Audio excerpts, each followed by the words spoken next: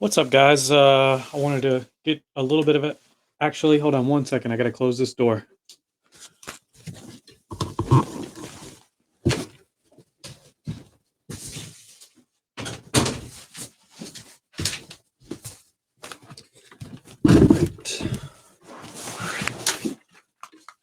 All right. Sorry about that. Yeah, I wanted to go ahead and get started a few minutes early so we can talk about some of the announcements I made this week with the show. And, we're on episode 10. So we're doing something right. I'm afraid I can't do that for you. We're on episode 10, and we've got Joe Scarbrough and Mr. Chris Phillips with us this week. I'm pretty excited to talk to these guys. They've been really working with me well. Not that any guest doesn't, but it's always a joy to talk to these two guys. They're legendary. They really are. Whether it be from Joe's book, You Want to Race, or Chris Phillips, just in general, he's just one of the most positive people I've ever met. What's up, Billy? And we strive to stay positive on this show and things like that. And I think these two kind of hit right the nail on the head with what we want to do. So welcome to the Shady Speed Show, guys. I don't say it much. What's up, Joe? I'll get you on here in just a second, buddy. Sorry, I'm out of breath. I've been running. Whew. I had to run over here and get this thing going. But yeah, we got shirts now. In case you guys can't see, I want everybody. If you haven't entered in the contest, we'll give you guys maybe another day or so, and close it out tomorrow. Just like the page, share the post, and hashtag Shady Speed Show. That's all you got to do, and you're entered. And we'll put everybody's name in to a randomizer and draw a name out, and whoever wins gets a free shirt. And I know a lot of you guys wanted bigger sizes. I'm working on it, so just work with me. I will make sure I get everybody that needs them bigger sizes. If you need them, and let me. How about that? Oh yeah, that's beautiful. Make sure we get everybody that needs them bigger sizes, so we can kind of go from there. We got gray and we got black. The purple that you guys saw is the ladies, my special ladies shirts. I got those special done just for those two. So enter the contest, please. We are loving the feedback, the guests, the comments, the shares, everything. It's great. But we want to keep promoting for you guys that have come on as guests. It gets more attention to all of our guests and the show. It brings us more for the future, so we can hire different people on here. XL homie. All right, I got you, Scott. And we'll keep working towards it. But Joe, you can come on and try and log on here if you're watching, buddy. We'll try and get you on here in just 1 second. Whew. All right. That was a lot to spit out. And as always, brought to you by Delaware Brick Company, our show sponsor. Big thanks to Sean, my boss, owner of Delaware Brick, for sponsoring our show. It's been great. And he's a big reason why we were able to do shirts. So, if you guys know Sean, say thank you. If you don't, then he's still a big reason why. But yeah, I'm pretty excited to get this thing going. And whenever Joe comes on, we'll get started. But I am digging these designs. I'm not going to lie to you guys. Let me try the link again. All right. Oh, there you are. Can you hear me, Joe?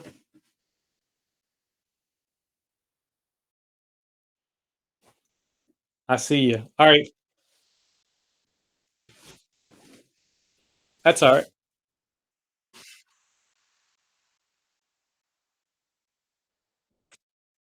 Yes, sir. Hold on 1 sec. There you go. Without further ado, ladies and gentlemen, Mr. Joe Scarbrough. If you guys have any questions, just like normal, go ahead and put them in the comments. We'll ask Joe. We have. It's a pleasure having you, Joe. Excited to get to have a little bit of a conversation with you, get to know you a little bit. Here in the chat. Yes, sir. You come highly recommended. So I'm excited for this one.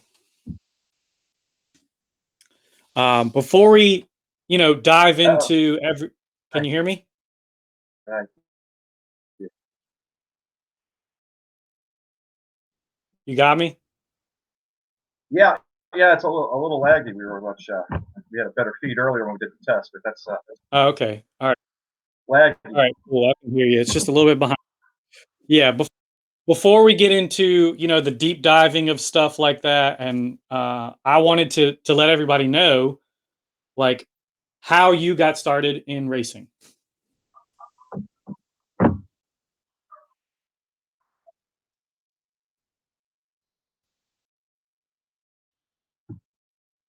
Did you hear me?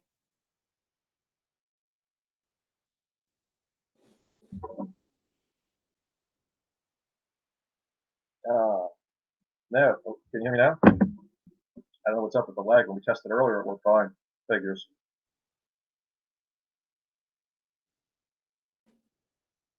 Is that any better? For the moment. All right. So I don't know what was going on there. It says I have good Wi-Fi.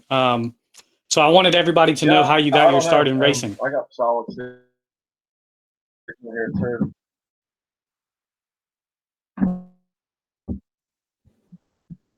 Let me switch to another one here. It might cut out for a My second. grandfather was still laggy.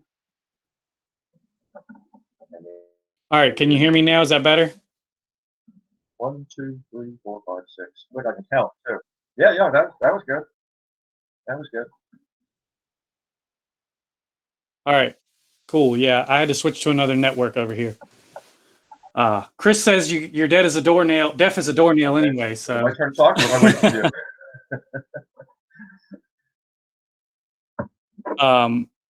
Yeah, I know. I wanted to go ahead and ask how you got your start in racing. I drove for him. He spotted for me. I couldn't hear anything. Yeah. Oh. We're kind of breaking up a little bit, but it was a family thing. The father raced. Is this working? You can't hear anything. Definitely. Yeah, Chris will chime in on that. Yeah, I can hear you. For me. So he was like, "How do you tell if you're clear inside?" It's like, "Well, if I hear one syllable, I'm clear. If I hear two, there's somebody next to me. Look around." Are we struggling? Oh, okay. Okay. I am kind of far away right now. It's a little bit laggy. I don't know why, but I think we're good. Earlier today, worked great. Oh, it's a car builder. Down in Florida. Yeah, our test earlier was great. Was a driver. Hey, Randy, how you doing, bro? One of my boys, like a son or a brother or something to me. Randy, we're tight. But anyway, but a bunch of Florida rednecks down there. All my cousins and uncles and stuff all race, street stocks, bombers, figure eights, and we go down there on the family vacation because I grew up up north. So yeah, we go on the family vacations in like the summertime, and we go rent the local go-kart places. I was like, as soon as I could reach the pedals, probably 5 or 6, I was out there with the most ruthless figure eight street stock Florida bomber drivers had to offer, and they showed no mercy, and especially to a kid that had 150-pound weight advantage on him. So, yeah, I learned to run bull rings at a young age, and then like my first official event was 79, and my first race in 79 at Cuddyback, New York, in a micro stop. I think they still exist. The ATQMRA, the American. No, that's the AMS, American Micro Stock Racing Association. And little kind of go-kart 5-horse Briggs thing, fiberglass body on it, with like an old coupe. And good. A dozen cars or so, finished third all the races. Big to do in tech, and the first two guys actually bought their cars were so modified that they right then and there the class split from modified to sports, and so had it been a sportsman race, I'd have won my first out, but I was third. First car one lapped out. The other two guys were really fast. Yeah, that's how I started. Well, I think that's a really strong start. with the You still foundation that there? you You still had. tracking? So Do I need to feed the squirrel in the magic box in front of me, or are we doing all right? I can hear you good. Am I a little laggy? Is that all? Oh, good, good, good. Because I'm, yeah, a little bit, but I am like halfway across the planet right now. So I'm working my retirement plan is coming into play now. We submitted permits to build our house and stuff this week. But I'm down in Panama right now. We're quite the Yeah. distance. Well, we really appreciate you coming on. Have to get my So, fishing buddy on a plane, oh Chris yeah, Phillips. Bring him down to bring him down to do some saltwater fishing down here with me. yeah. I'm Can you still hear me? let's. Your I can screen's hear kind of frozen you. with your thumbs up. Good. Yeah.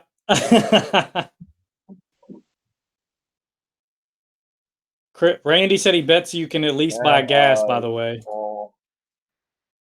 Okay. Okay. Okay. Maybe I can hear you, but like a normal person with actual hearing could hear you. But so I got the earbuds in. So yeah, maybe anybody got any questions you could type out? They seem to be working well. Yeah, Yeah, that Chris seems to be Phillips, if you working guys are good. hearing me, I'll just start babbling. You can interrupt me at any time. But Chris, your next guest, we go way back. I did Very have a early friend of question. mine.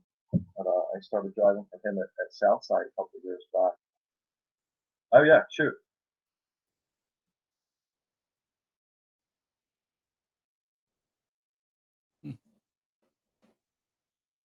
Well, I see you scratching your beard, but I didn't hear the question.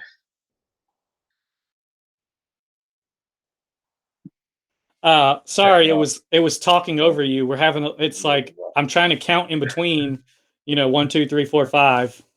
But I wanted to know how you decided to get to start helping people in the racing world. We heard from Ryan and Ian and all those guys, and Zach Elliott. He mentioned, there's like I said, you were highly recommended. So I wanted to know what brought you to decide that you wanted to start helping people in the racing world. Yeah, I don't know. It's just I started. I was crew chief on my dad's car. Well, I was crewman for him, and then I was a crew chief back in like the '80s. And he was hot. We were running Bethel Motor Speedway. It was called White Lake Speedway back then. I think it was like 12 race season. Had like 10 wins, the bad lights for second place finishes. And I was making run the features because they made them start last anyway. But other drivers started coming over to me as a 14, 15-year-old kid and asked me, what do I need to do with my car for this? What do I need to do my the old man started getting a lot more respect on the racetrack when he started helping his competitors. And it was just something that I kind of kept doing. Not to mention, it's a good feeling when you help somebody out and they take your advice. It's hard to find somebody that actually does what you tell them to do. And and they go out and they perform. And it's I've had a couple of cases where I've taken people's cars into my shop and set them up and sent them back out. And 2, 3 weeks later, they scored their first feature win out of however many years of racing. And it's a good feeling. And it's good to see those guys be successful in racing. And then the other thing I like to help, where I really focus my helping ability is, I was building the car as kind of a retirement project. I was going to build an entry level class car and just go out and have some fun with it a couple of times a year. And I got hurt, really couldn't do any driving anymore. And uh,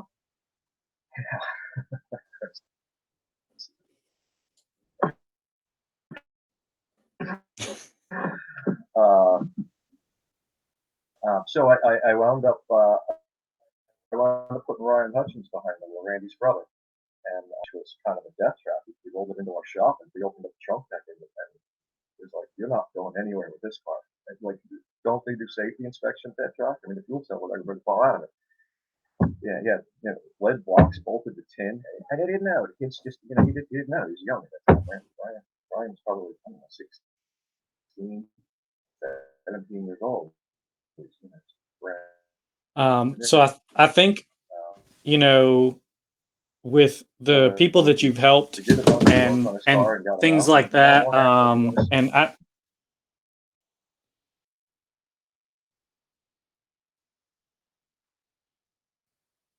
sorry, it was in the middle of talking. I wanted to get a head start because it was cutting out. Um, with the people that you've helped and everything like that, No, I've asked you I'm gonna already, but I wanted to know what was your most memorable person that you've been able to lend a hand to? What is that someone that's stuck in your mind, or someone that was able to really that listened a little bit more intently than everyone else? that had to be Ryan Hutchins. Because Ryan Hutchins was, for years, I told him I was racing. We had a shop right in the same town, and I kind of kept. I met him when he was probably 12 or 14 years old, and him and a couple of his buddies at that age put something that roughly resembled a race car and went to the track with it. I was pretty impressed with. But we had a pretty professional race shop right there in the same area. Probably 5, 6 years later, we finally came over to the car, so it's a real deal. And then I started giving him some setup advice and some tire, how to make work your tires, how to put your package together. Brought him over to my house, put him on a driving simulator, which was, I guess, I don't know, probably iRacing or something along the lines of iRacing, very similar. Started critiquing his driving, and then later on, he had some success with his own stuff, and I liked what I saw so much because I watched him drive, and the moves he made and the things he did were exactly what I would do in that situation. So when the opportunity came up, I built my car, and I had sponsor money, and I spent the money building the car, and then I got hurt and didn't drive it anymore, so I had an obligation to put the car out there and hold my end of the bargain up. And the only guy I could really think of to do it, they couldn't do it any better, really, than Brian Hutchins. He was the guy. Ian Ogden came on as crewman/crew chief. So I groomed Ian to be the crew chief and Ryan to be the driver, and they went out and they knocked him dead. They won, like, I don't know, 6 out of 10 starts or something like that for the championship. And, really good run. And someone else that mentioned you was Corey Bradley. There's a lot of people that really highly tout you as someone that's able to help them so much at the racetrack. Now, when you were writing your book, was the work at the racetrack the most important part that you had your experience, or did you have to do more research to write that book? Was it more of like a memoir, or was it more of a Yeah, I'd say it was more of a memoir because it was just, I was walking around the racetrack and looking at some of the stuff that was coming in, and I guess I kind of got self-absorbed in my own world running kind of, premier divisions that I really wasn't paying attention to what the lower classes are doing because I was worried about what everybody I was competing against is doing. But once you're running in that class, you really start paying attention to what's going on. You got to be study the competition, and I just started seeing some crazy stuff, and it's like, why don't these guys know this stuff? And the only research I really did was I started looking for like entry level guides to racing, and there are none. So there's, you can learn how to drive better, you can learn how to run a road course, you can learn all kinds of geometric suspension stuff and engine building, fluid aerodynamics, but there's nothing that says, hey, you need a truck before you buy the race car. Nobody tells you that, and I've just seen so many people make that mistake. And then even seasoned veteran racers come out, and they're out there running around with a motorcycle helmet on and no gloves, and tennis shoes. What are you doing? Just so yeah, I felt the need to kind of put a guide together so people knew a little bit more about how to get started. So on the other side, you wrote the book and you had to have the career first for the most part. Like you said, you did a little bit of research on the how-tos, and there weren't any. As far as your career side, I was wondering what was the most memorable moment of your career throughout, IMSA or late models or wherever you ran? Uh, I, I, I mean, there's been a lot. There's been a lot, but I guess it was 2000, 2006, 2005 really is when it began. I was in the Coast Guard. I had deployed. I had just gotten back from deployment. I'd gone through divorce. It cost me a fortune. I was broke. I had no money left. But the race car was sitting in the garage. All I needed was gas to go racing. And I'm like, the hell with it, one last time, and then I'm done. I'm gonna have to hang it up. And that night, somebody approached me about putting a team together and driving for me. So I'm running an '81 Camaro.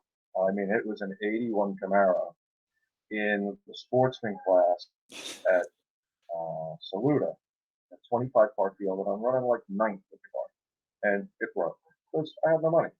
Uh, but this owner did later be the owner of Aftershock Motorsports.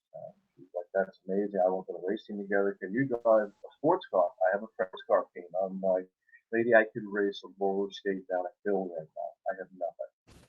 And I went from what I thought was my ending race in my career, and my next opportunity was at Daytona, Russian Florida 300 in a, I don't know, $200,000 RX-8 Mazda, and 107 cars in the field, two classes together. I was in the ST class, which is the four-cylinder class. They still did 160 miles an hour around Daytona. And I went into the first turn in the 84th position. I thought I was going to throw up. That was tough. But drove the car from um, 25th or 30th in our class up to about 10th.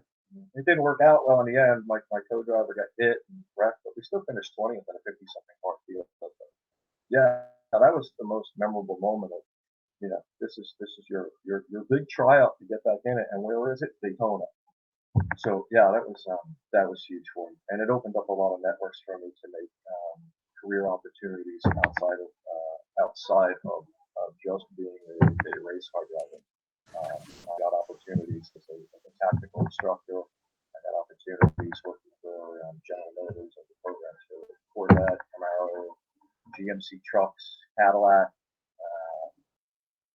Did some team defensive driving classes even.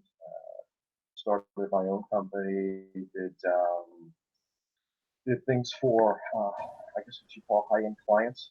You get like a marketing representative for an auto manufacturer who knows marketing and not autos, and they kind of throw them into the auto world. And like, I don't want to sound stupid. Can you teach me this stuff? And I'm like, yeah, I'll put together curriculum for you, and we'll run through some stuff and be able to talk tech with the race guys. So that was my big goal.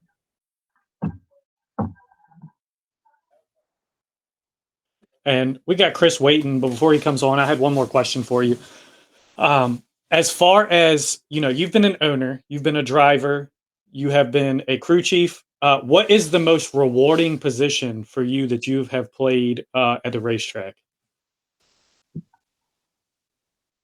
Most rewarding position. This is probably a question you front loaded. I forgot my answer.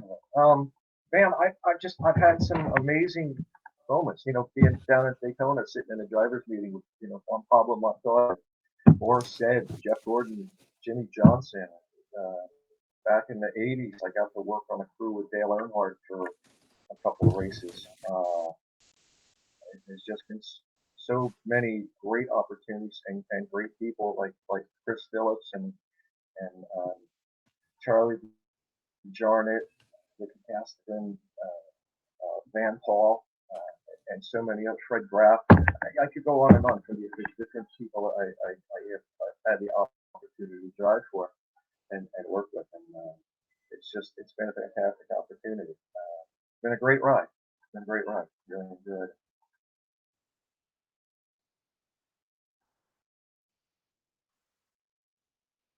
Yeah, it sounds like it's been an amazing ride, and I know that you've been very honored to be in the positions that you've been in, to work with the people that you have, and to race against the people that you have.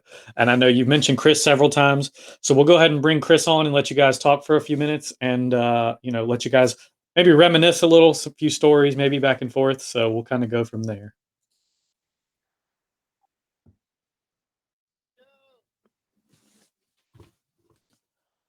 Good times, good times. I'll hang around and harass Chris for a bit. Yeah, absolutely. We Hi, buddy. I think I Chris know is it. a I'm little bit waiting for behind, him to or get Joe's caught a up. little I'm bit gonna behind, hold up a Chris. sign. Maybe that'll be faster. Can't hear you anyway.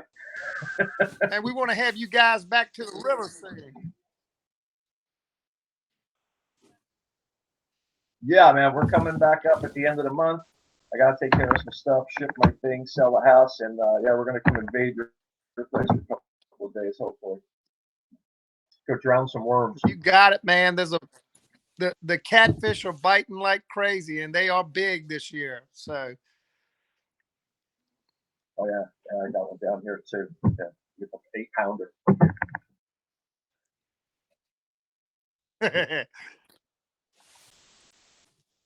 So I wanted to ask you guys here real quick.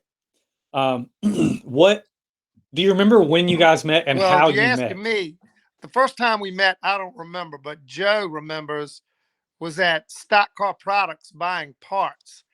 And I gave him a tip on a clutch. He remembered it. I didn't remember it. Actually, it was Carl at Carl's Racing who suggested Joe to me when I was looking for a driver.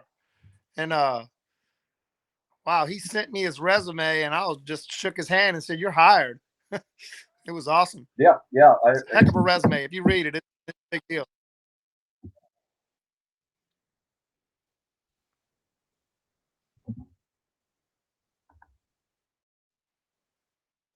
I think it's quicker if I say, okay, I'm Do you gonna agree with test that? here.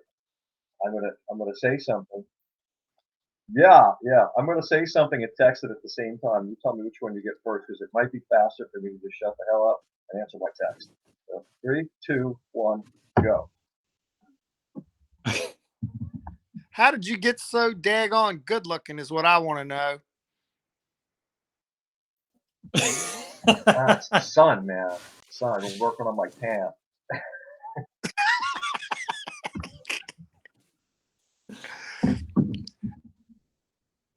Joe is the only person I know in You racing have that a person going on? everybody loves.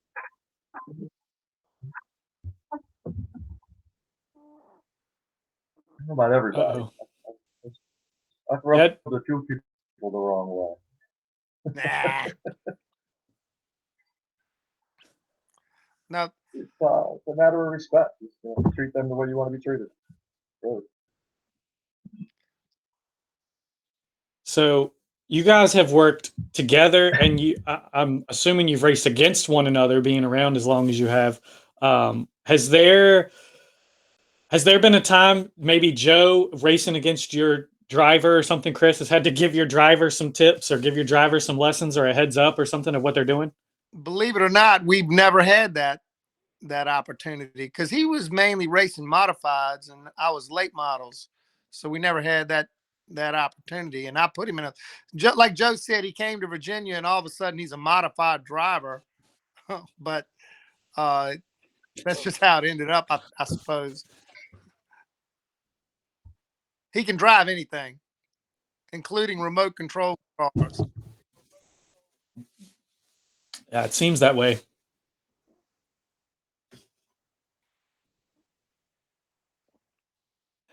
Yeah, I'm so lagged. I don't know when to jump in. But yeah, it was Just to jump touch on in. Chris's story there real quick. It was Smiling up to north. I raced late models. Yeah, and the late models up north were like more like southern super lates. Straight right rail, very light, big tires, lot of power. And but the big premier class up there is tour modifieds, NASCAR tour modifieds. So when you talk to a modified team, you're like, no, this is a modified. You don't know anything about it. You're a late model driver. Okay. And I got in the south, and I got an opportunity to modifieds, and then on modifieds, and it's just flipped. Like, no, you're a late model. You're a modified driver. You don't know anything about late models. Okay.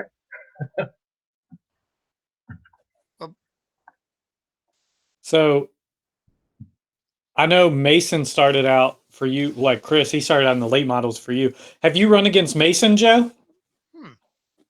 That's a good question.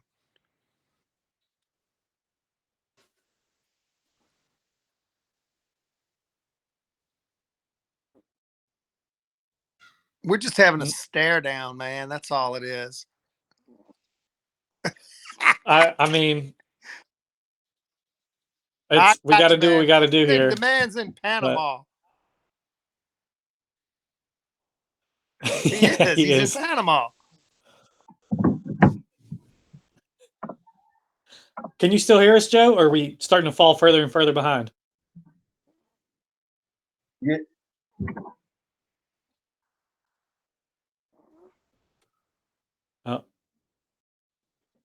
Oh, I think we might have lost pretty bad. Yeah. Okay. Let's see.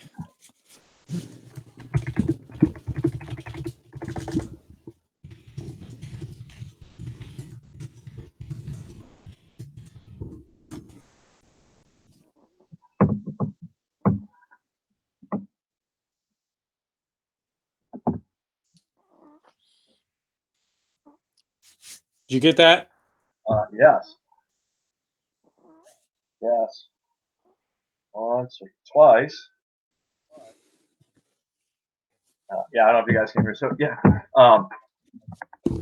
Mason and I were running. It was the big Langley modified race at the end of the year, a couple years back, and we missed the setup and came in like on the first caution about 5 laps in and put like, I don't know, I think 12 rounds of wedge in the car. I mean, it's just keep turning until the green comes out. And Mason was running up front, and I had to come all the way up from the back of the pack. There's like 22 cars or something like that. So I'm working my way up through the back of the pack, and Mason's up like third or fourth, and he blew up going into 3, and just took like 5 cars with him. I'm like, well, that worked. Yeah, that's pretty much what. That was one of the only races I really remember.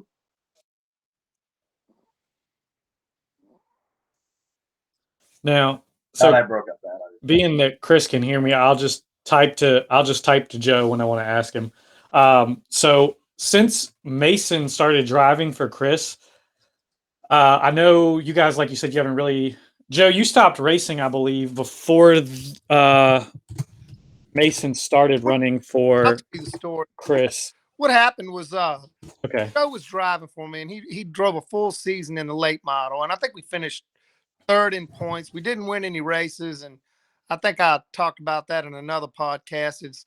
It was all to do with a set of wheels that had the wrong offset that got mixed up in the batch of wheels. We went a whole season with these random wheels getting mixed in, and nobody ever noticed. We couldn't figure out what the hell was going on with the car. And then finally, Michael Hayes, Sweet Pea, he figured it out.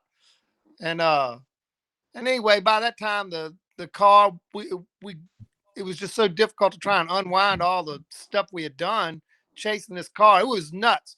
You would practice and the car would be tight. And then you would put new wheels on it, car would be loose, and vice versa. It was just going crazy.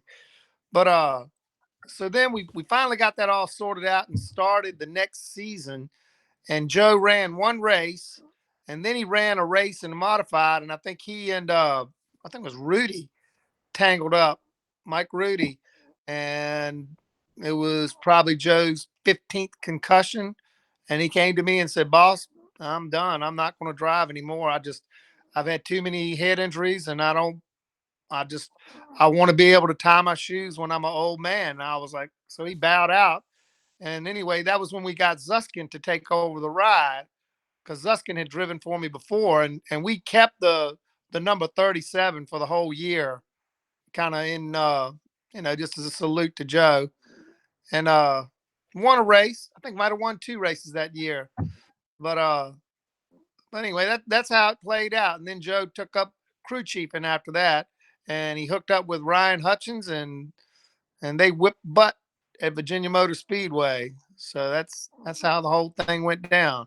Correct me if I'm wrong or missing anything, Joe.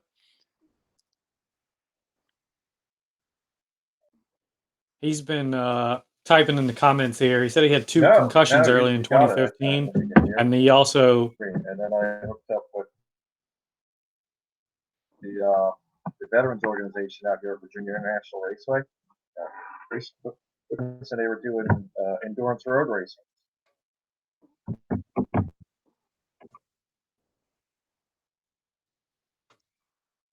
So, Joe, you're working with Racing for Heroes too, is that correct?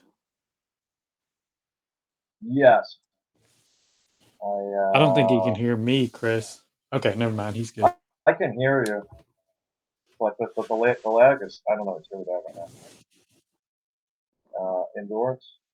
I put some endurance road race cars together for Racing for Heroes, and they bring veterans out, some active, some disabled, and it's an all veteran team. And they run like 8 to 12 hour um, road races, endurance races, where the driver changes, pit stops, and we do really, really well. And it's kind of an affordable car division, meaning the cars aren't $250,000-$300,000. So it's a blast. We get like 5 different drivers from various stages. Well, 10 different drivers really, because we run 2 cars. So like there's multiple classes. So our slower car was like a Chevy Corsica. That just it was like the slowest car on a racetrack last time we ran it. But out of 65 cars, they finished 25th with it. They just kept plugging along. And then I built a mid-'80s Camaro for the more advanced drivers, and we finished won the class and finished second overall. And it was their second winning class, and then it started getting the attention of tech. So I don't think they've taken it back out since then.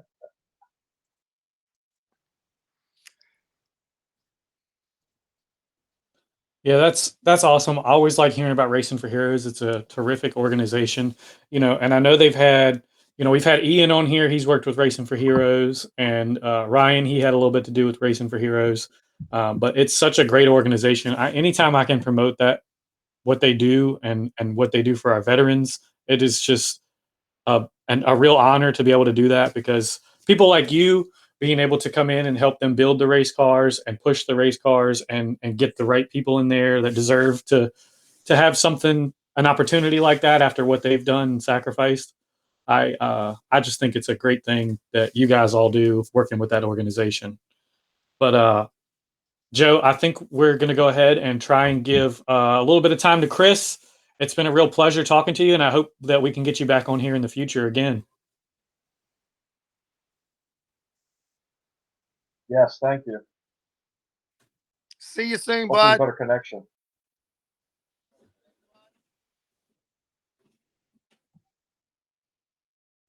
I'll keep typing.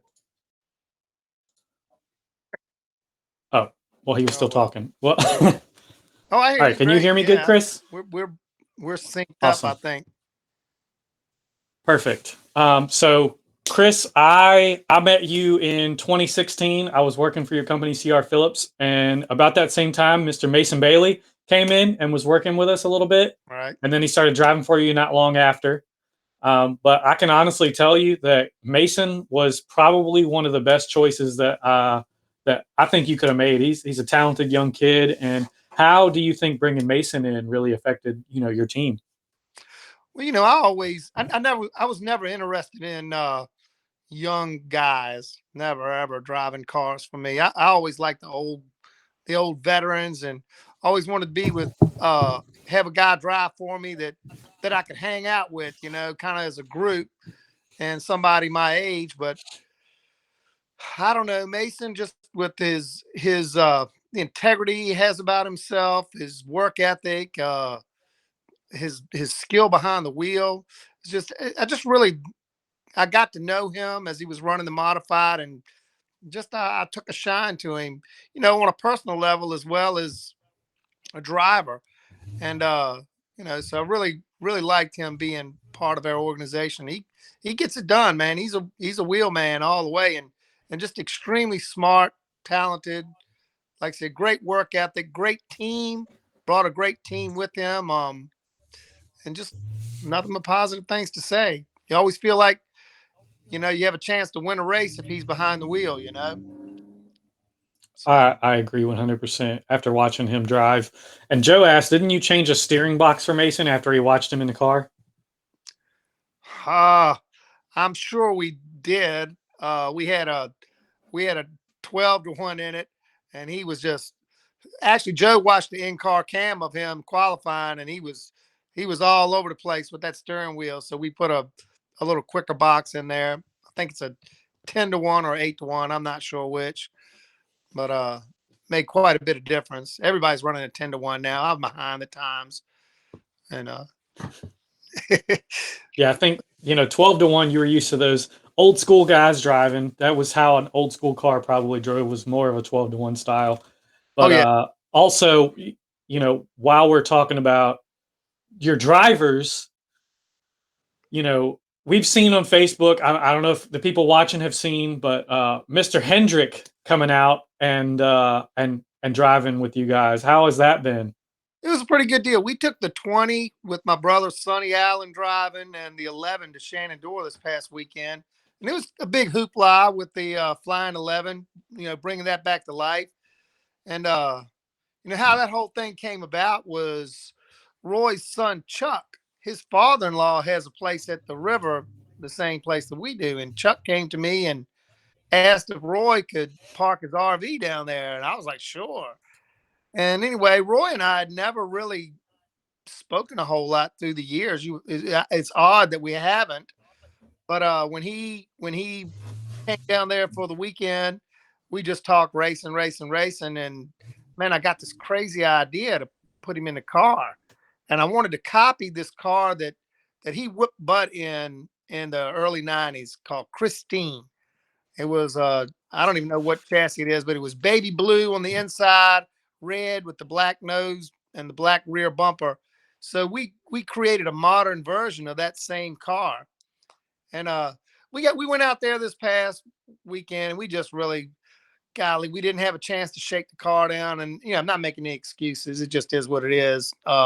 But it was a mess. It was a mess. We had 10 things going wrong at one time. And I got to tell you, I really learned a lot from Roy Hendrick. I'll tell you. And what I learned was I was getting really worked up and really upset because there's all this stuff. We didn't get to shake the car down. And here, this guy, he hadn't driven since '09. And we can't get him out. We can't do any testing. And it's race day. And we're trying to get the car together. And then we're finding out, this wheel won't work. We got to grind this. The brake quit working. Just on and just an array of things. I was looking for a hidden camera, frankly. And Roy just was so calm and cool and collected throughout the whole ordeal, man. And I learned a lot of, this guy's won more races than I've ever even ran. We ran as a car owner. He's probably won more. And I learned a lot just watching his demeanor. And I tell you what, watching him go around out there, he's just as smooth as he ever was. So we're going to do it again 4 more times, and we'll see. I think we're going to get a win. So that's what I feel. That's pretty awesome. I know. Also, while we were talking about your drivers, we're going to talk about some other stuff here shortly. But while we're talking about Mason and Roy, I know Mason took the points lead at Dominion, right? Yes, sir, he did. He actually, I have to, for full disclosure, I don't really own the '05 car. It's an interesting little deal. One of my best friends in life is Dave Atkinson, the owner of A&A Construction. And when they closed Southside, he let us use one of his old late models that Nick Smith drove. And we went out there, and it's a little bit older car, and we just couldn't run with them. Just didn't have what it took. We were a mid-pack car. And so Dave came to me and says, man, what is it going to take for us to run up front? I said, a new car and a new motor. So he reached in, pulled his wallet out, and bought us a brand new car with a brand new motor. So the way it kind of works out is, it's an affiliation. It's my stuff, my shop, all that. And Dave actually owns the car, and he funds the team, and we're running. So it's a partnership. Dave, he's great. If you ever met that guy, he's just top of the line. But that's kind of how it works. So that kind of relegates me to team manager and spotter, and I'm perfectly good with that. You know. Yeah, and I mentioned, I've been excited to have you on, knowing you as not as well as I would like to. Sometimes you're a really great guy from working for you or seeing you on, social media or hearing stories about you. You're always this extremely positive and outgoing guy. And I just like to see somebody like you kind of running a team and putting people out on the track and just, I don't know, making sure that they're running well. Well, I've always loved racing, and I've had a passion for racing. And my brother Sonny is the one that got me into it in the late '80s, early '90s, and man, it just grabbed me, and I wanted to be a part of it. But I had enough sense to know that I'm not a driver. I'm not. I mean, I never claimed to be. I've never even tried. I like to stay in my lane, and what I'm good at is organizing teams, finding drivers, making sure we had the funding to race, and just focusing on that piece of the equation.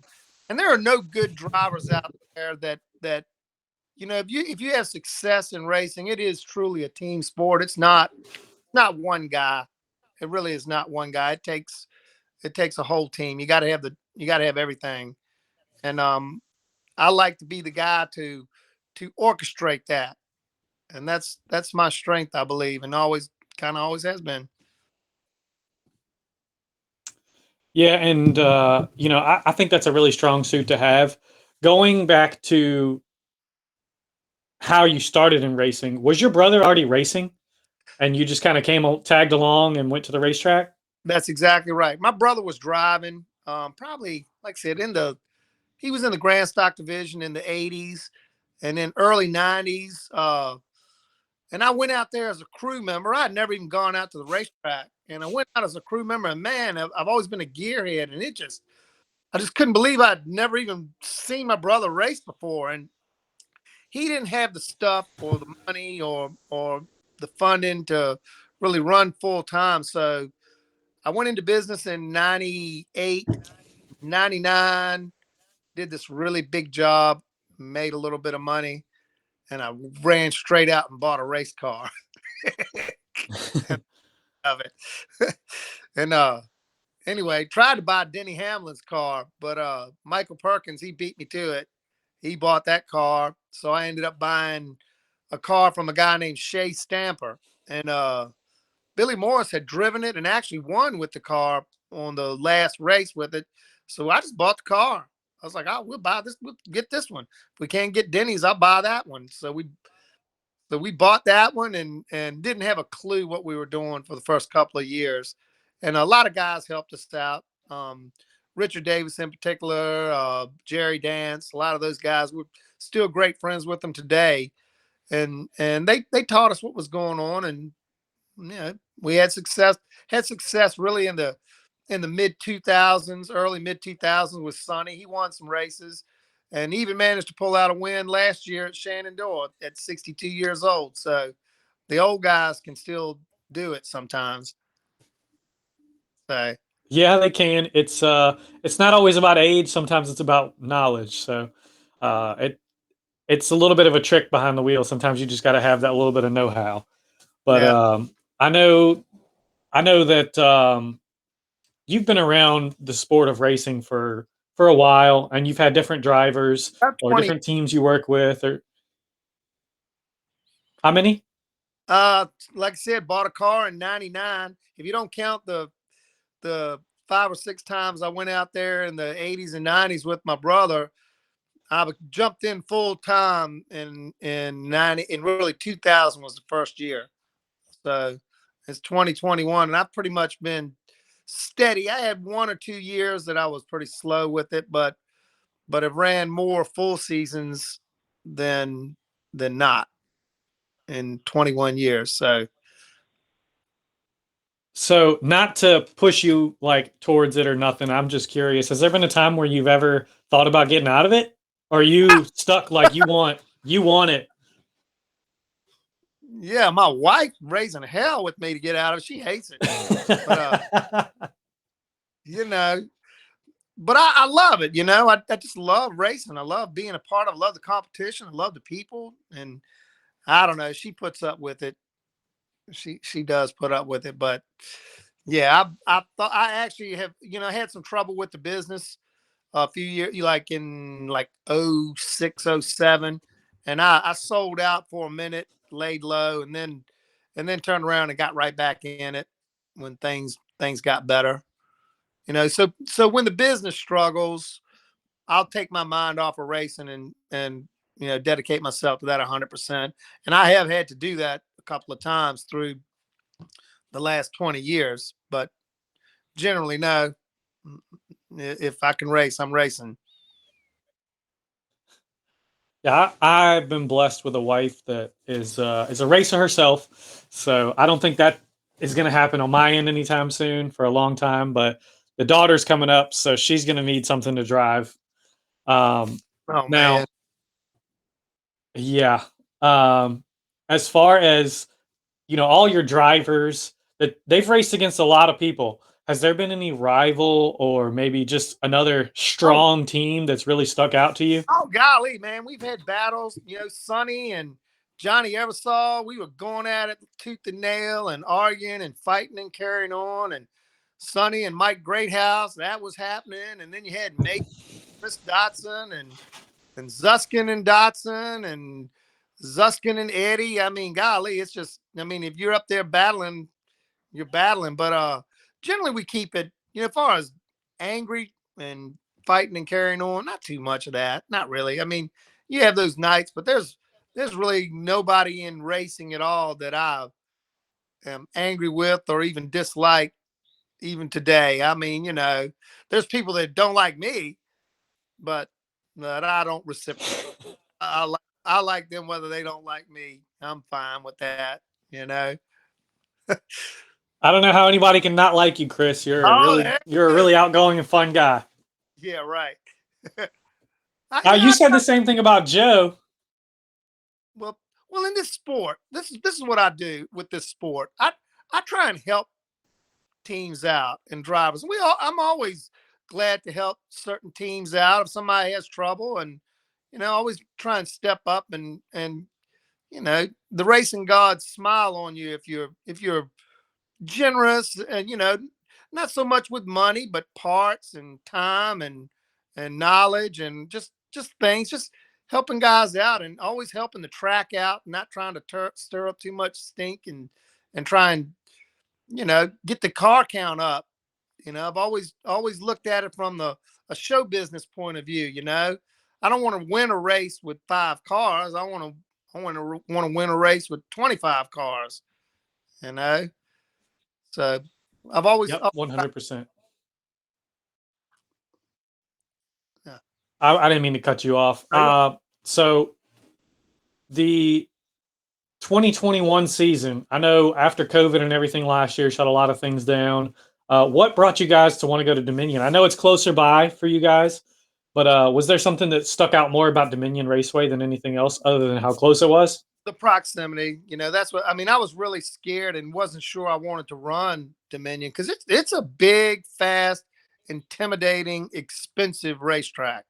I mean, you mess around at Dominion, you better be on your A game because I mean, it's just you're running against the best late models in the country, frankly, and Southside Speedway, don't get me wrong, Southside Speedway is tough. I've seen guys show up from other places and can't get out of their own way at Southside. And it's a tough little unique place, but you can get by with you know, the motor rules saved a lot as far as money.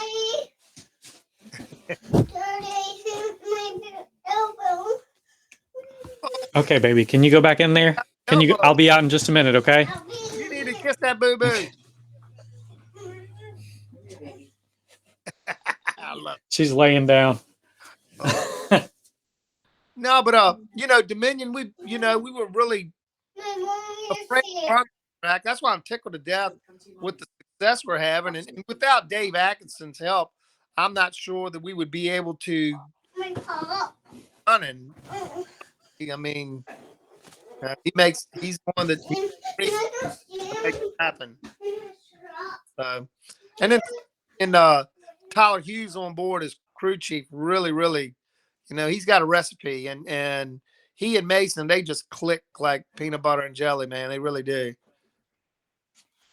So I don't know if you saw this on there. Ryan Hutchins commenting. He said you need to come sling some dirt soon. I have a dirt sportsman that I think Skippy's going to run some races in that thing. That's the plan, anyhow. John Bray built it. It's an old Greg Fernandez late model, and that thing was sitting out in the rain. And I told John Bray, I said, "Man, you need to put that thing together. It's really not good enough for a late model anymore, but it make a great sportsman. It had motor, transmission, rear, everything, and he put it together. It turned out it's a good looking car, but it's just sitting there with Mike Honcho on the roof. So it is Mike Honcho. But I kind of batted the idea around of who to drive it, and Skippy, he's been a good friend and a big help to my organization and everything, and I'd like to see him turn some laps in it. So we'll probably get it out there and do something in the sportsman, and then also we have Michael Hayes, Sweet Pea Hayes, 22 sportsman. He's in our group. We all are together, family, and we want Mike to have some good runs out there in the sportsman as well this year, and I'm going to put him in a asphalt late model at Shenandoah as well. We're gonna show up. I think at least one race in Shenandoah. I'm going to show up with an 05, a 2011, and a 20. We're going to do it all at one time. We're going to might as well just do it big. Yeah, they need the car count, so I'll bring half the field. Your odds are better that way. That's right. Somebody will run good. That's right. Now I know, what kind of plans have you guys got for 2021, or what kind of goals have you guys got set for 2021? Knowing that you're running Dominion, is there something in your mind that you have to meet this goal? Well, you know how racing goes. I mean, the goal is I want to win. I want to finish 1, 2, 1, 2, 3, 4, 1, 2, 3, whatever we do. At every race we show up at Shenandoah, and I want to win all the rest of the races at Dominion in the championship. Is that too high of a goal? I don't think it's too high. I think it's doable. You just got to set your goals and work in the shop. You aim high, and if you at least get some of that. But I'm feeling really happy. I mean, I know it was bad luck for Doug Barnes, and we kind of inherited the points lead. I think he got DQ. From what I understood, it was valve springs or something. I don't know. I really don't know. But that we were second, and that moved us up to first in points, and now we just have to hang on and keep finishing well and try and keep it. Got to win some races. I'd like to win some races. I really would. I would really like to win some races. And I think, Mason, we're creeping up on it. He's, Peyton Sellers and those guys, they're hard to beat, man. They're really hard to beat. But we're creeping up on it. If you stay hanging around in the top 3 or 4, eventually one will come your way. The opportunity will happen. But I also have another thing. Got to shout out to Michael Frazier, my U-Car guy. He's running the CR Phillips colors in the number 1 U-Car. That's pretty cool. Yeah, I've seen him on Facebook. I think I actually follow him with the page here. But yeah, it's been good to see CR Phillips out there quite a bit. Yeah. What kind of racing are you doing these days, young man? You doing anything? I'm actually making a return to Capital City this weekend. I haven't been racing. I raced once since November, so that's about it. What class? Just kart racing. What class? I'll be running Clone Medium and Clone Heavy this weekend. All right. What do you think your chances are? I think my chances are pretty good. We ran strong in November at the Turkey Trot with my wife and her team, we ran top 6 all day and started in the back on a little mistake. I think that was some on my part, but we Okay. drove it back to the front. So Well, who does your tires? this weekend, my uncle's going to be doing my tires. Adam, he used to work, with me Oh, there yeah. with you. Right. My brother-in-law, Dustin Pleasanton, he usually does them though. He's been doing them for the last 2 or 3 years. I got you. So how does it feel to have somebody flip the script and interview you? It's a little different. I don't usually get asked, but I figured if anybody was going to do it, I figured it was going to be you. That's right. Like I said, I'd like to see you bring home a win this weekend. Well, follow on Facebook. We just might. So hope there's been good cart counts, and hopefully there'll be some people out there prepping for VDKA. So we might get a good cart count. Man, that's a whole different animal out there running carts. I think Mason, he had a lot of success with carts as well. He was pretty He good. did. Travis was the tire guy, man. I know with carts, you gotta check the air to know what kind of tires to put on it. Go down, taste the dirt. It's all about the tires. Oh yeah. Yeah, I'm still learning about it myself, but I'm trying to get some seat time at the same time. So Doing a little simulator time right there. I see you got steering wheel in front of you. yeah, I went and got iRacing because I was out of the seat for so long. I got iRacing. I've been practicing in the super late models actually a lot. That's awesome. Yeah, I know. I don't know if Mason's on there or not, but I need to make sure see if he's on there so I can run against him. So get some good practice. There you go. Yeah, he'll rub all But over your ass. yeah, he will. Yeah, he will. But he's fast, so that's what I need. Chris, I think we're going to go ahead and try and I got some announcements I got to make. We're going to go ahead and call it a show. Man, And I hope to get you back on here, man. This has been great. Man, it's such a pleasure for you to ask me, and I miss you. I miss seeing you in the mornings at work. Man, you're a good man. Hated seeing you go, but you moved on to bigger and better and greater things. And I wish you all the luck in the world. And I'm really grateful that you had me on here. I appreciate that so much, Chris. And like I said, we'll get you back on here. We'll talk a little bit more, and hopefully we'll be talking about a bunch of wins you guys got coming. There you go. There you go. Awesome. Well, good luck this weekend, and I'm going to be following and checking up on you. You better bring home the checkers. I'll try, and I'll be checking up on you guys too. So I want to see some checkers too. Right Thanks on. for coming with us, Chris. Right on. All right, Robbie. Be good. Thank you. No, bye. You too. What an awesome show. And Joe, thanks. Good luck. Thanks for the good luck. I'll try. It's just seat time for me right now. I've been out of the seat for a while, but thanks for everybody that followed along. I really, really enjoyed this show so much. And I thank all of you guys for following along with us all the time. And, sharing, commenting, watching, it doesn't matter. Liking the page, following the page, everything that all you guys have done. It's been great. Fantastic. These shirts right here would not be possible without you guys. If you guys hadn't shown so much support for this show, I wouldn't even have tried it. So thank you all. And if you want some shirts, $15 for a shirt. That's all it is. I know usually race shirts are $20, $15. Give it with me to get your shirt. I only have up to XL right now, but I'm going to do another shirt order, and we'll see if we can get some bigger sizes. I know I got a long list right now, guys, that want bigger shirts. So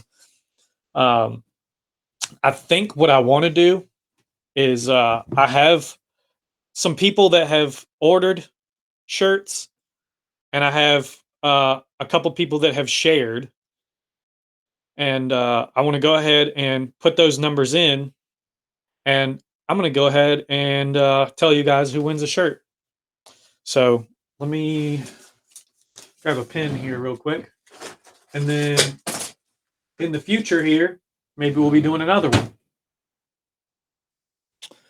I don't have a pen right beside me. All right. So we're just going to do it like this. All right. You guys ready? We're going to do this number generator, and I'll tell you guys right now who wins. So in 5, 4, 3, 2, 1. All right. Number 5. So that is going to be Mr. Dave Scott. Your shirt is free next time you see me. It's 100% done. All you got to do is pick up. So thank you guys for watching, and share the page, share the videos, share everything. I want to get this show out there. I want to get you guys promoted.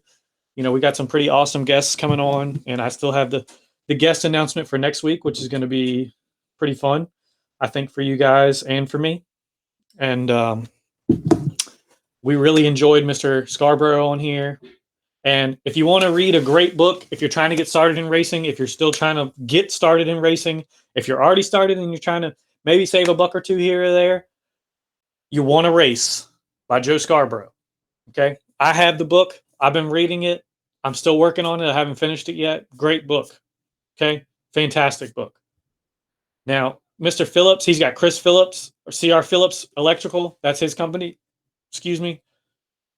And he's got, he mentioned all of the guys that drive with him, the sponsors that he's picked up, the car owners, and he's pretty much managing a team right now, which is great.